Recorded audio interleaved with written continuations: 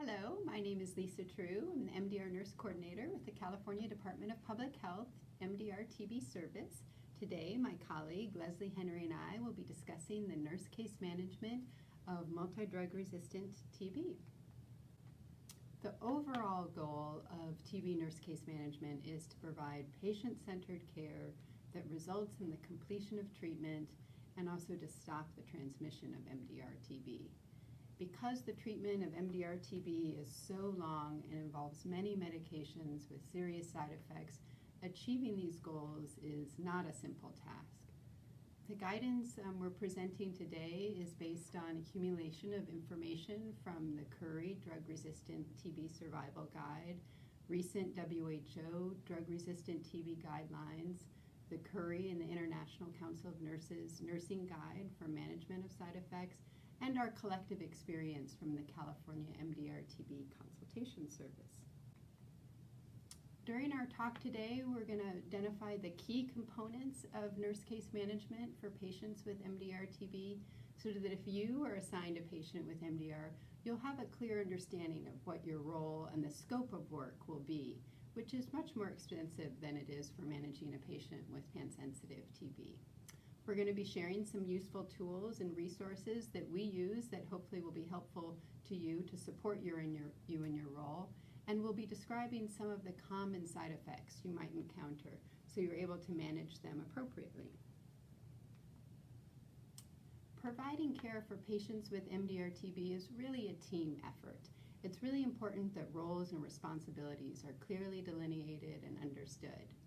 The nurse case manager is often the team lead and will be communicating and coordinating with a number of different healthcare workers.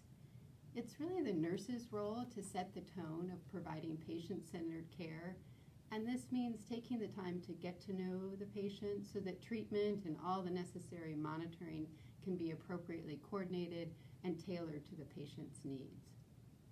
So during the course of treatment, the nurse will be coordinating with the treating physician, and this may be a doctor at the TB clinic or potentially an infectious disease physician. And national guidelines recommend that treatment of MDR-TB be done by or in close consultation with an expert in the management of these difficult cases. So the nurse may need to encourage this consultation and may be tasked with getting medical records to the consultants. So some patients may begin treatment in the hospital, and the nurse will need to educate the hospital staff about the importance of observing the patient taking the medications instead of leaving medications just at the bedside, and also provide instructions about following appropriate respiratory precautions and addressing any fears and concerns that the hospital staff may have so that the patient receives appropriate care.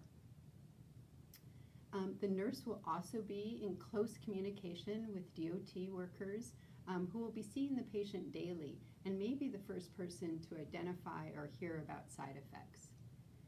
Some health departments have social workers and disease investigators who may be involved with addressing any economic issues as well as the contact investigation. Additionally, the nurse case manager or other members of the team will need to coordinate closely with the providers who are evaluating and treating the contacts to the patient, since the treatment for latent infection will most likely be different than the treatment for standard LTBI. And finally, one of the most important partners in caring for patients with MDR is the lab, as you will be in frequent contact to obtain the results of drug susceptibility testing. Here's a list of the key components involved in the care and management for persons with MDR-TB. And here are some definitions. So MDR is caused by a bacteria that is resistant to both INH and rifampin, and these are our two most potent TB drugs, and without them, a more extensive drug regimen is needed.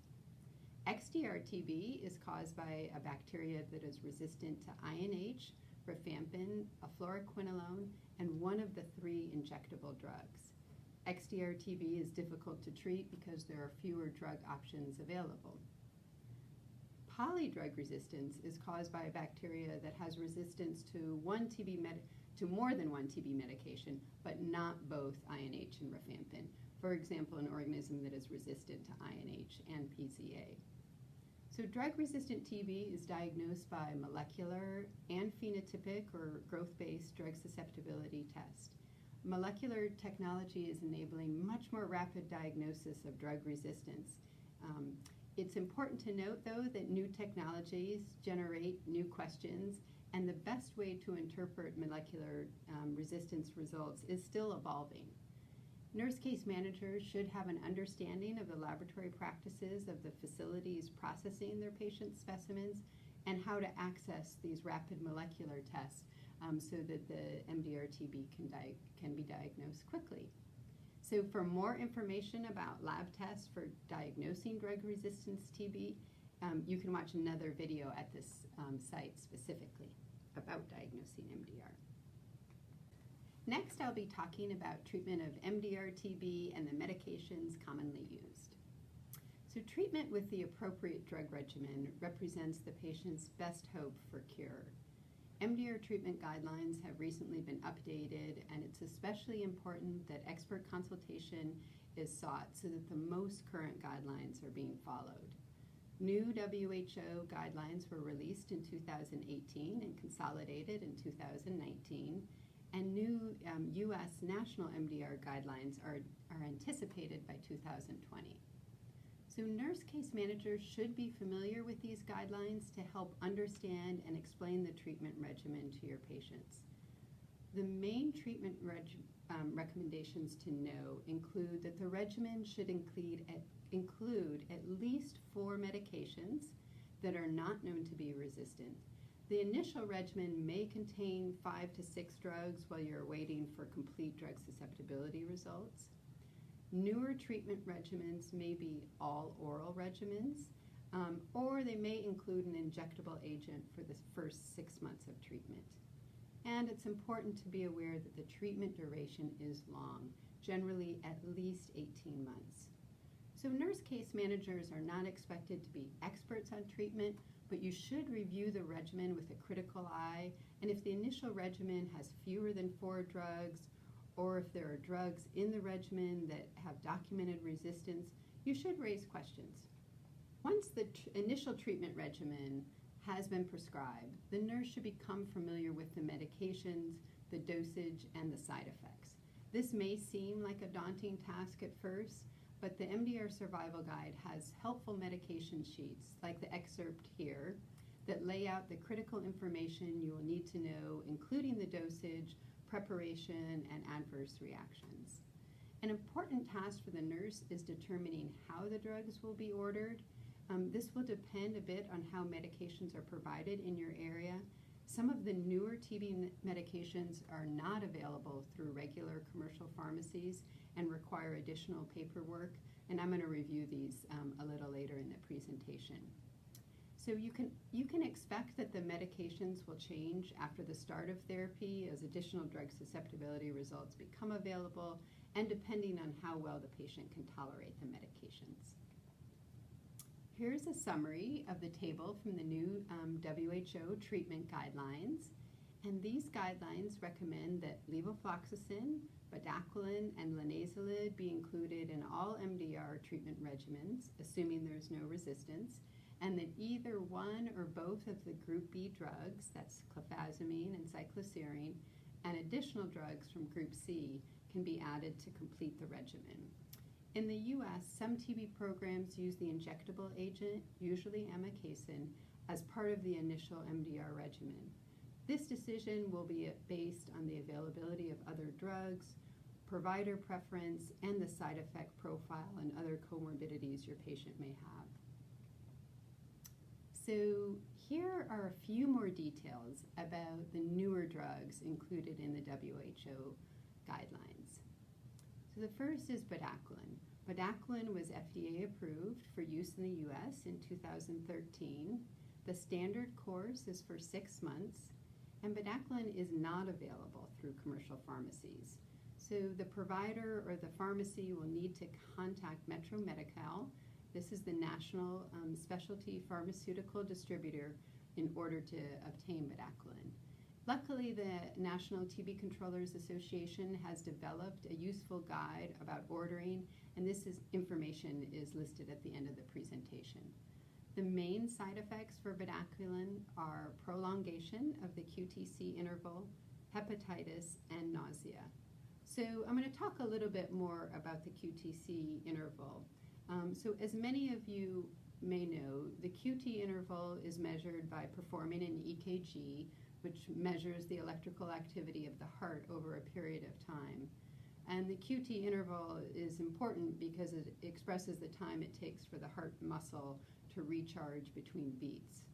The corrected QT interval, or the QTC, takes into account the heart rate, which influences the interval.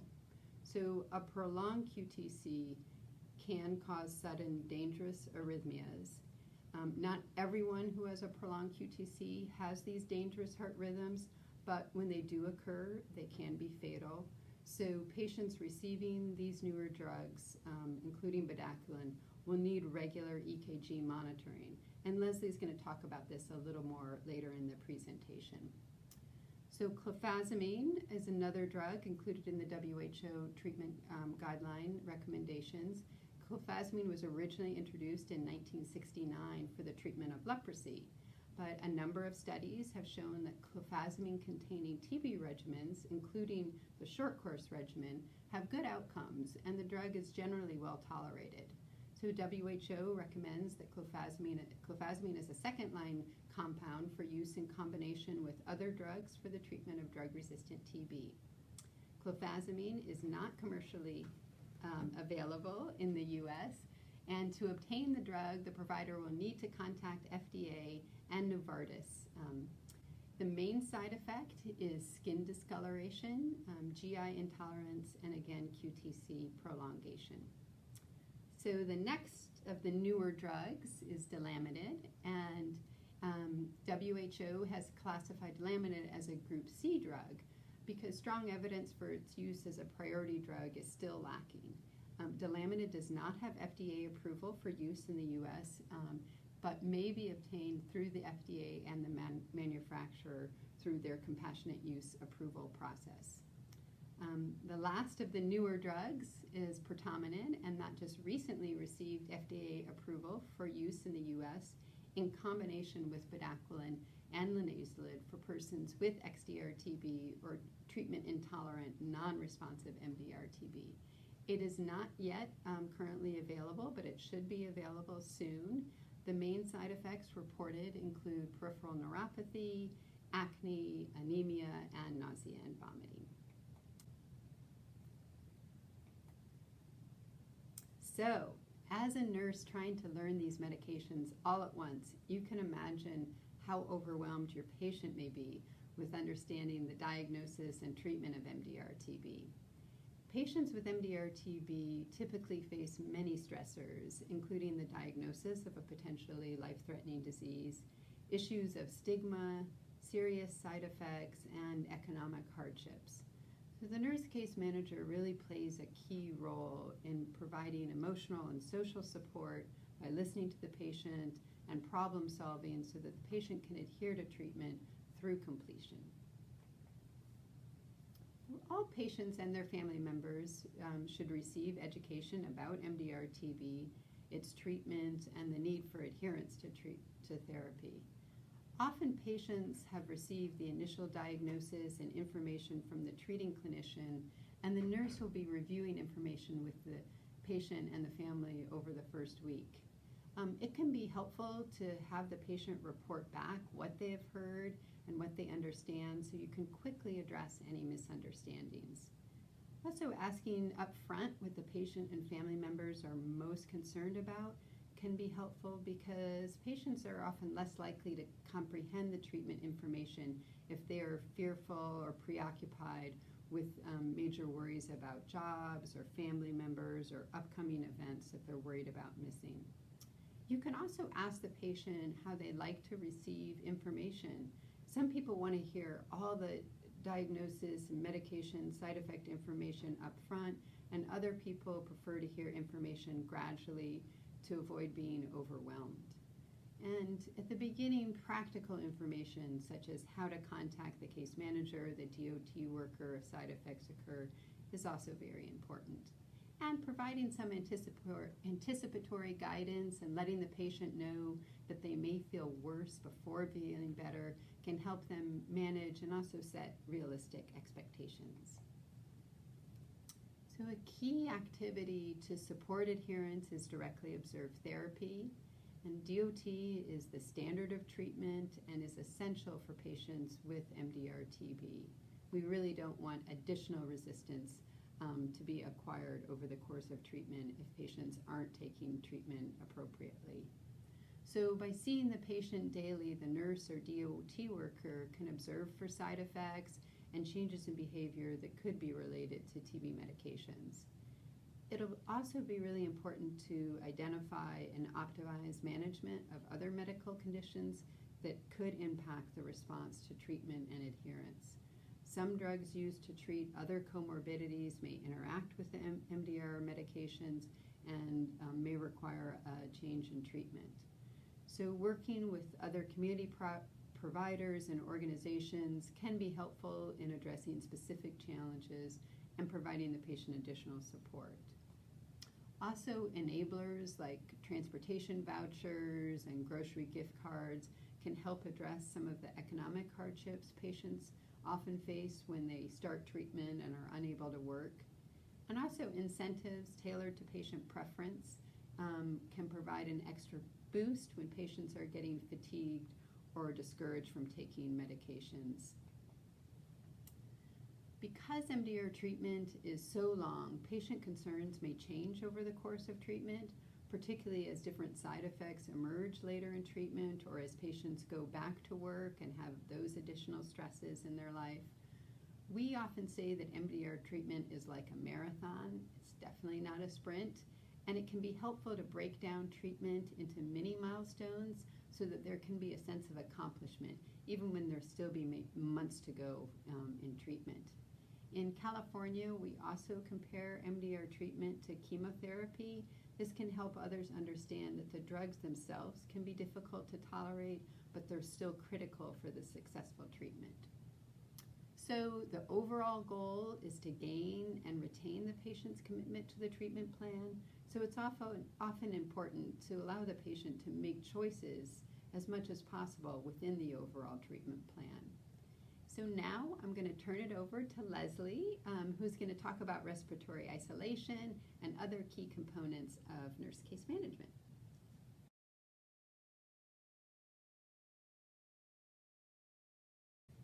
Thanks, Lisa. Hi, everyone. My name is Leslie, and I work with Lisa as a nurse with the MDR-TB service. I'm going to briefly talk about respiratory isolation, monitoring, management of two common side effects, the contact investigation for patients with MDR-TB, and finally, I'll describe two of the monitoring tools we use to help manage all the data we collect. So studies have shown that most transmission of TB occurs before treatment begins, but because transmission of MDR-TB can have serious consequences, isolation is essential to help minimize transmission. It's also appropriate to be more cautious when releasing a person with MDR-TB from isolation. Isolation for patients with MDR-TB can be more challenging than for patients with pan-susceptible disease, as isolation often lasts longer and these patients may not be able to be isolated at home depending on the makeup of the household. But many patients with MDR-TB don't require hospitalization and can be isolated at home. As I mentioned on the previous slide, it's appropriate to be more cautious when considering releasing your patient from isolation, especially if they'll be returning to settings where there are young children, immunocompromised individuals, or people not previously exposed to your patient. The TB Control Branch and the California TB Controllers Association developed California guidelines for the assessment of patient infectiousness and their placement into higher and lower risk settings. This slide shows the criteria needed before releasing a patient with MDR-TB into a high-risk or low-risk setting. These guidelines can be very helpful when planning your patient's release from isolation, and you can find them on the CTCA website. So what you'll need, what we recommend for releasing a patient, an MDR-TB patient from isolation, is to have at least 3 AFB smear negatives, at least 14 days of appropriate MDR-TB treatment taken and tolerated by DOT, and clinical improvement, and that's for both high risk and low risk.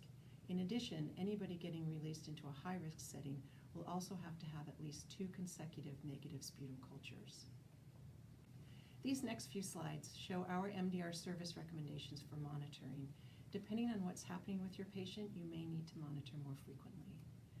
We recommend regular monitoring throughout treatment to document culture conversion and to watch for the development of toxicities. Monitoring the response to treatment is done through regular evaluation of symptoms, sputa results, weight changes, and chest x-rays or other imaging. If the patient is hospitalized, evaluation by an MD is likely done on a daily basis. Once discharged, we recommend the following. Patients have a monthly clinical evaluation by an MD. A symptom review be done at least monthly, but can also be done at every DOT visit.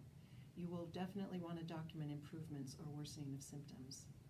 Getting a chest x-ray every 3 to 6 months throughout treatment and at the end of treatment is also a recommendation. And to collect 2 to 3 sputum specimens weekly until smear conversion is documented. Later on in treatment, some patients can have a difficult time producing sputa, so using induction can help get a good specimen if needed. Once smear conversion is documented, continue to collect 2 to 3 sputum specimens monthly until culture conversion is documented. Then collect at least 1 sputum monthly throughout the remainder of treatment and 1 at the very end of treatment. Monitoring for drug toxicities and side effects is a big part of a nurse case manager's role. Close monitoring of your patient who has MDR-TB is essential to ensure that adverse events are responded to promptly, particularly when treatment is initiated in an outpatient setting. There are important distinctions between side effects and toxicities. Toxicities are unintended pharmacologic events that can occur even when a medication is administered correctly. Some toxicities may not have any outward effects on your patient and are more likely to be identified through lab results.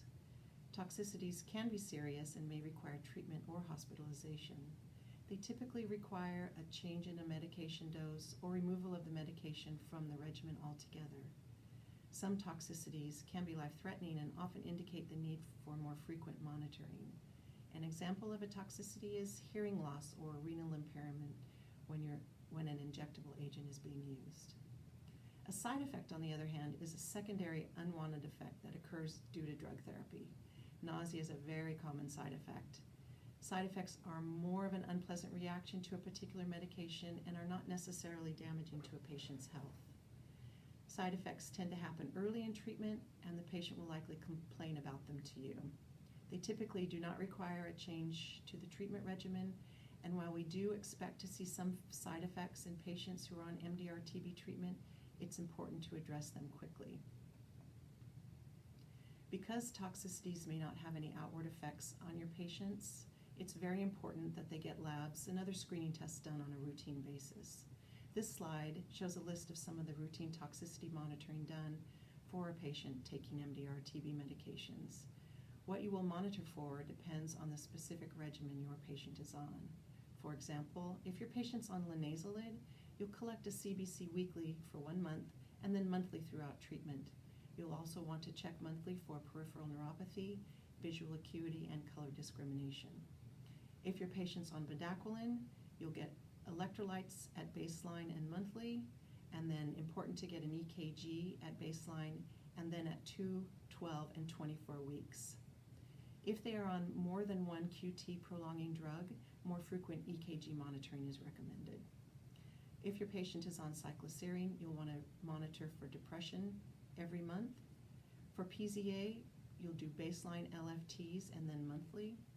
And for PAS and ethionamide, you'll get LFTs at baseline and monthly, and then TSH baseline and every 3 months. Because the risk of relapse is greatest in the first 2 years after treatment has ended, we also recommend that patients be monitored at 6, 12, and 24 months post-treatment with a symptom review, a medical evaluation, sputum collection, and a chest x-ray. And even though the risk of relapse is greatest in the first 2 years post-treatment, we have rarely seen any relapse in any of our patients. We know that patients on MDR-TB treatment face many challenges, including side effects from their TB medications. Some of these side effects can have a negative impact on the patient's quality of life. We've seen studies that show medication side effects are a major factor for patients stopping TB treatment prematurely, and so addressing and alleviating these side effects is a very important part of a nurse case manager's job. I wanted to show you this new resource for nurse case managers that was recently written and published by a group of nurses. The Nursing Guide for Managing Side Effects to Drug-Resistant TB Treatment is currently a featured product on the Curry Center website. It's organized into some of the more common types of side effects and toxicities that we see with MDR treatment. They list symptoms you're likely to see, the possible offending medications, and the suggested nursing assessment and interventions. Also included in the book are helpful assessment tools for pain, depression, and peripheral neuropathy. This is an excellent resource for any TB nurse case manager. So let's talk about nausea. This is probably the most common side effect we see.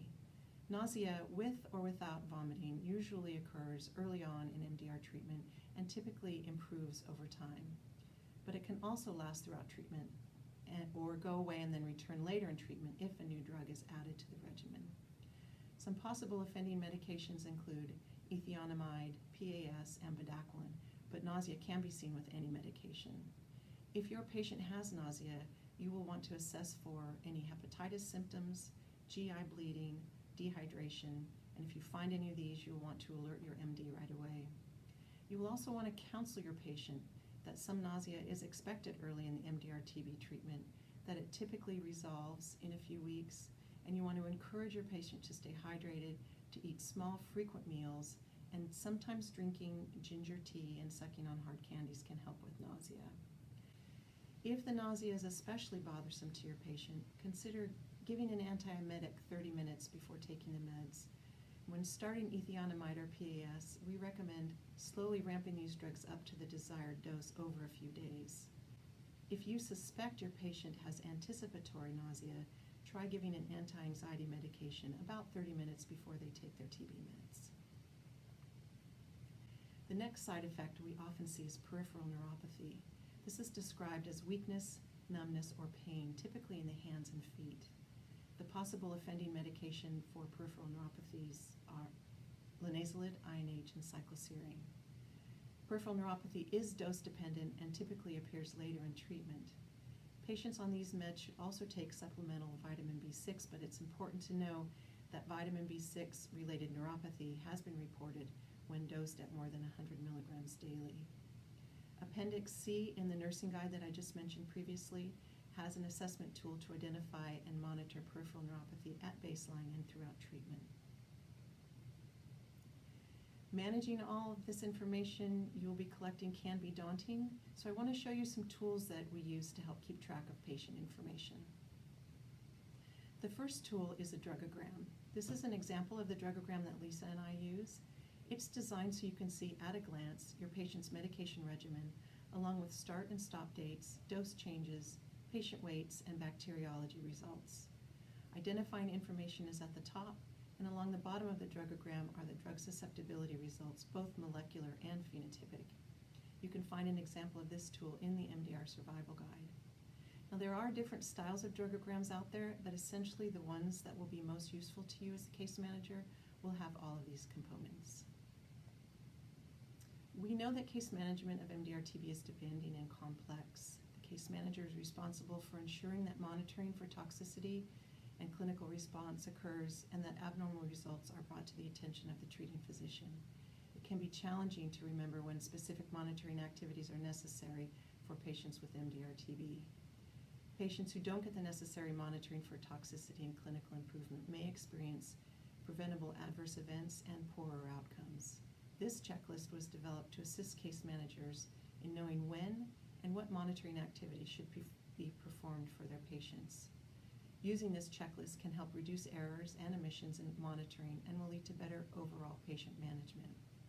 So depending on the regimen, this checklist can be customized for your patient. The patient name, treatment start date, and regimen are at the top. The monitoring activities are listed down the left side. A key to which drugs require which monitoring is at the bottom. You can shade a row if that particular monitoring activity is not needed for your patient. A box indicates monitoring activity is recommended, and then once the activity is complete, you simply check the box. It's important to remember that monitoring recommendations may change if treatment regimen or your patient status changes. So let's move on to contact investigation. A contact investigation for MDR-TB patients is similar to a contact investigation for drug-susceptible patients. It's important to identify high-priority contacts, which would be your children under 5 and those who are immunocompromised. You want to identify them as soon as possible. And if the CI is large, the nurse case manager may need to ask for assistance early on in the investigation. A big difference between the two is the medication you'll use for treating infected contacts.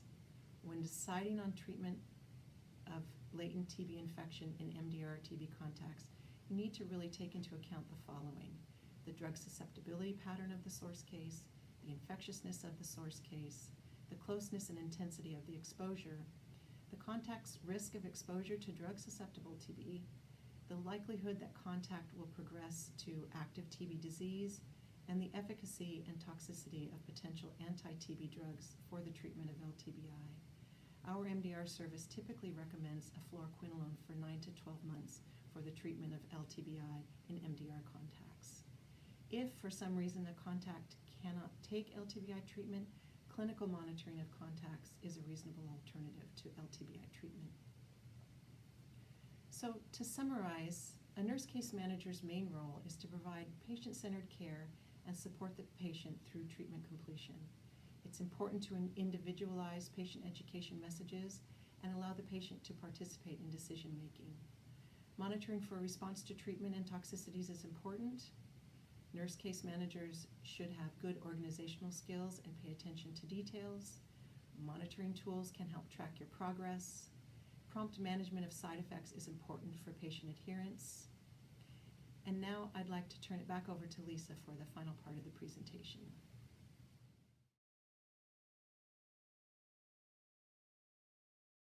So a few years ago, we asked nurses in California who took care of patients with MDR for the first time what advice they would give other nurses.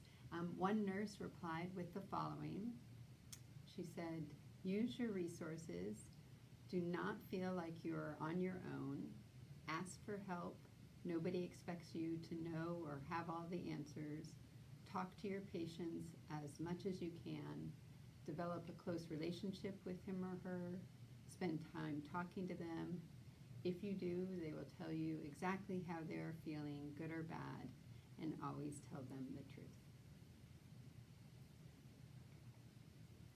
So here are some resources I know that we use daily, and particularly the first one, the Curry Survival Guide.